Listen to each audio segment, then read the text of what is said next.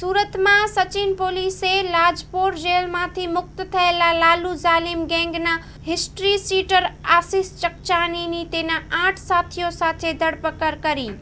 સુરતમાં સચિન પોલીસે લાજપોર જેલમાંથી મુક્ત થયેલા લાલુ જાલિમ ગેંગના હિસ્ટ્રી શીટર આશિષ ચિકનાની તેના 8 સાથીઓ સાથે ધરપકડ કરી છે। પોલીસે તેના કબજામાંથી 4 કાળી કાર પણ જપ્ત કરી છે।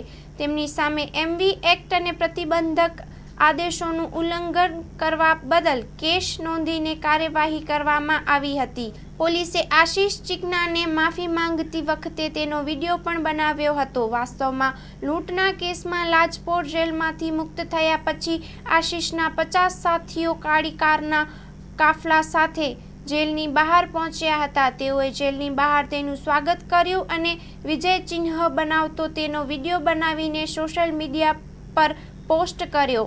આ મામલાએ ગતિ પકડી ત્યારે પોલીસ એક્શનમાં આવી। Story report by Sunil Ganjawala, Surat.